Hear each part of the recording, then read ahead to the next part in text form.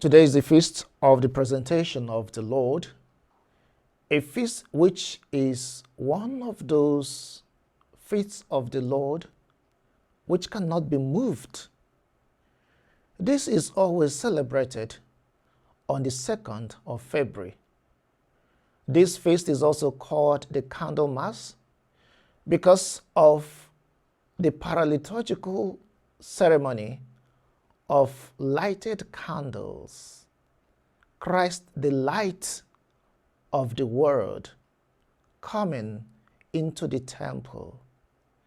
Today we carry lights into the church, yet the light that was carried by Mary was Jesus Christ himself, the light of the world, and not candles as we carry. In today's feast, two traditions converge. First is the ritual of purification prescribed in the book of Leviticus, chapter 12, verse 1 to 8. This law prescribes that every woman after childbirth is unclean because of the passage of blood. It's not uncleanness of sin. It is not moral uncleanliness, but just ritual uncleanliness.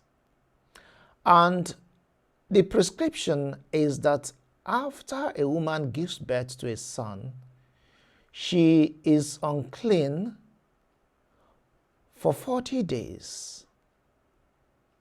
And after 40 days, she makes a sacrifice to a priest, a lamb 1 year old,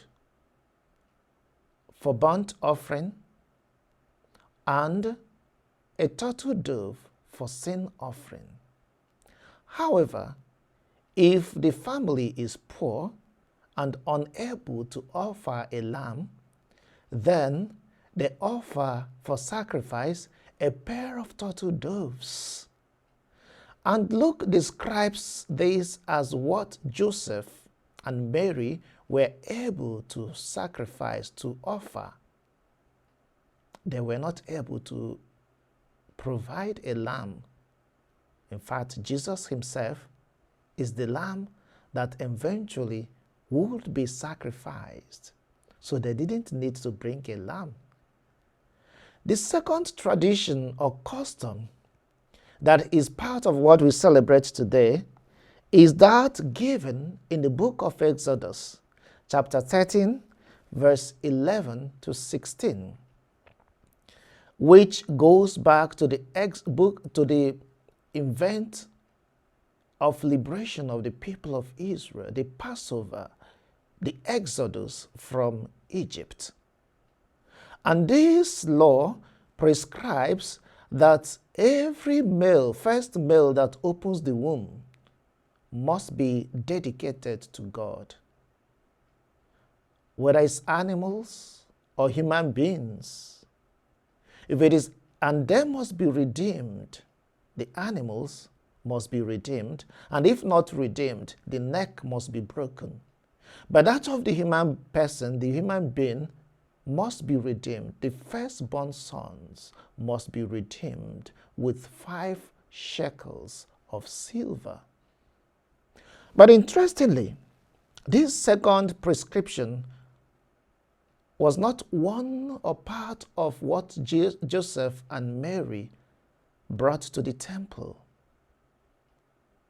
And this implies, just like Jesus is the lamb of sacrifice, Jesus' sacrifice brings redemption not to himself, but to the sons and daughters of God, of men, to the children of God. His own sacrifice, that ultimate sacrifice, as we see in the second reading today, brings healing.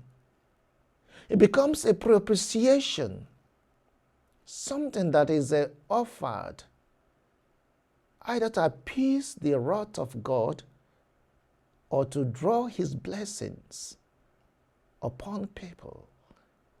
The sacrifice of Jesus both appeases God and brings blessings upon those who are recipients, beneficiaries of this sacrifice, all of us.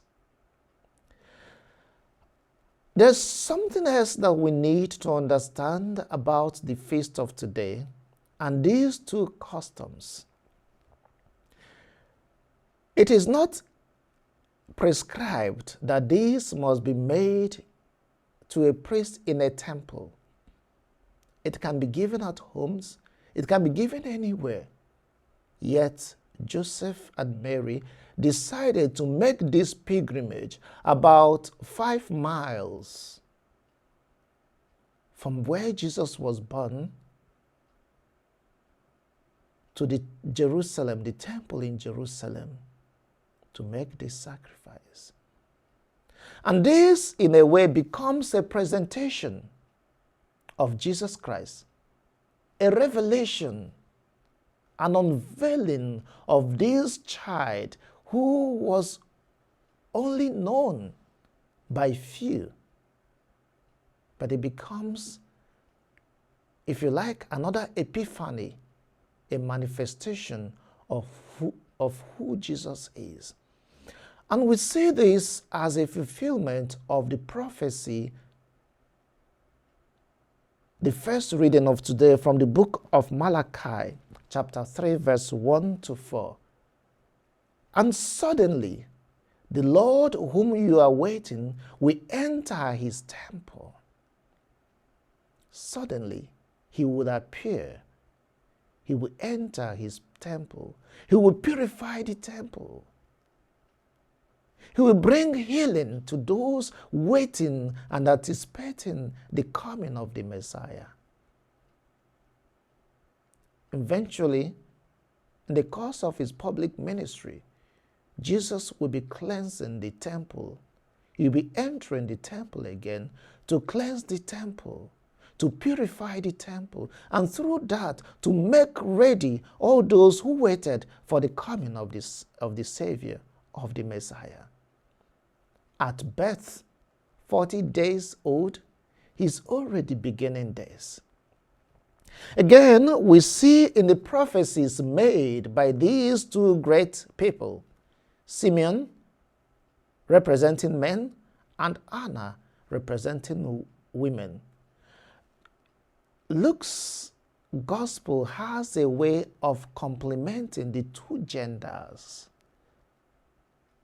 What is said of men eventually is presented of women, to show that the message of Jesus is not only for one gender, all of us. And these two great people, Simeon in the Nunc Dimittis, at last our powerful master, and then Anna in her own prophecy, represent the hope or those who had desired, who had waited, who had hoped for the coming of the Messiah, for the liberation of the people of Israel.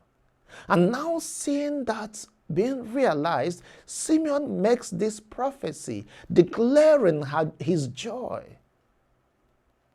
For my eyes have seen that light. For my eyes have seen this salvation. For my eyes have seen the fulfillment of the promise made long ago. And this is what we celebrate. That light, that hope, that fulfillment that Jesus brings, that Jesus is. This year is the year of hope. And how does this affect us? In our society, where many have lost hope, where many feel that God is not there, where many feel abandoned, the feast of today gives us hope. the two persons, Simeon and Anna, encourage us never to give up, to always wait.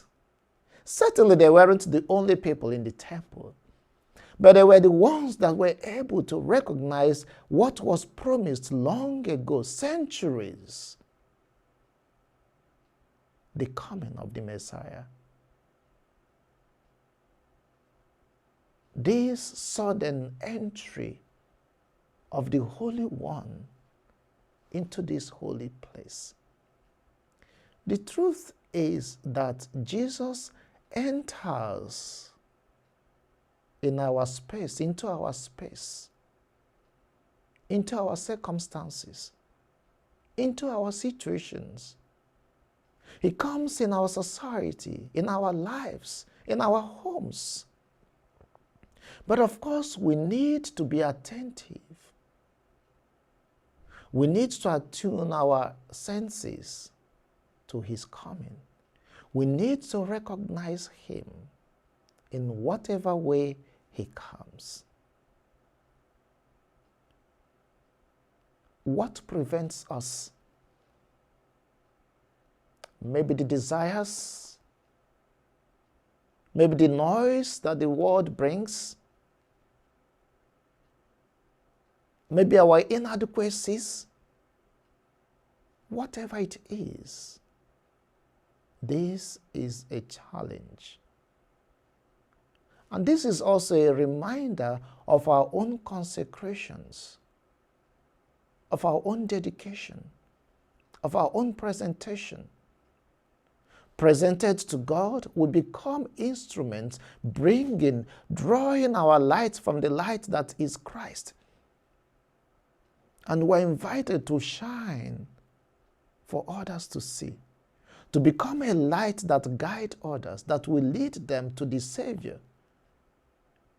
We're invited to recognize him and point him out as Simeon and Anna did. There's always this joy, this fulfillment we feel each time we recognize him, each time we acknowledge him, each time we are true to our vocation to present him to the world.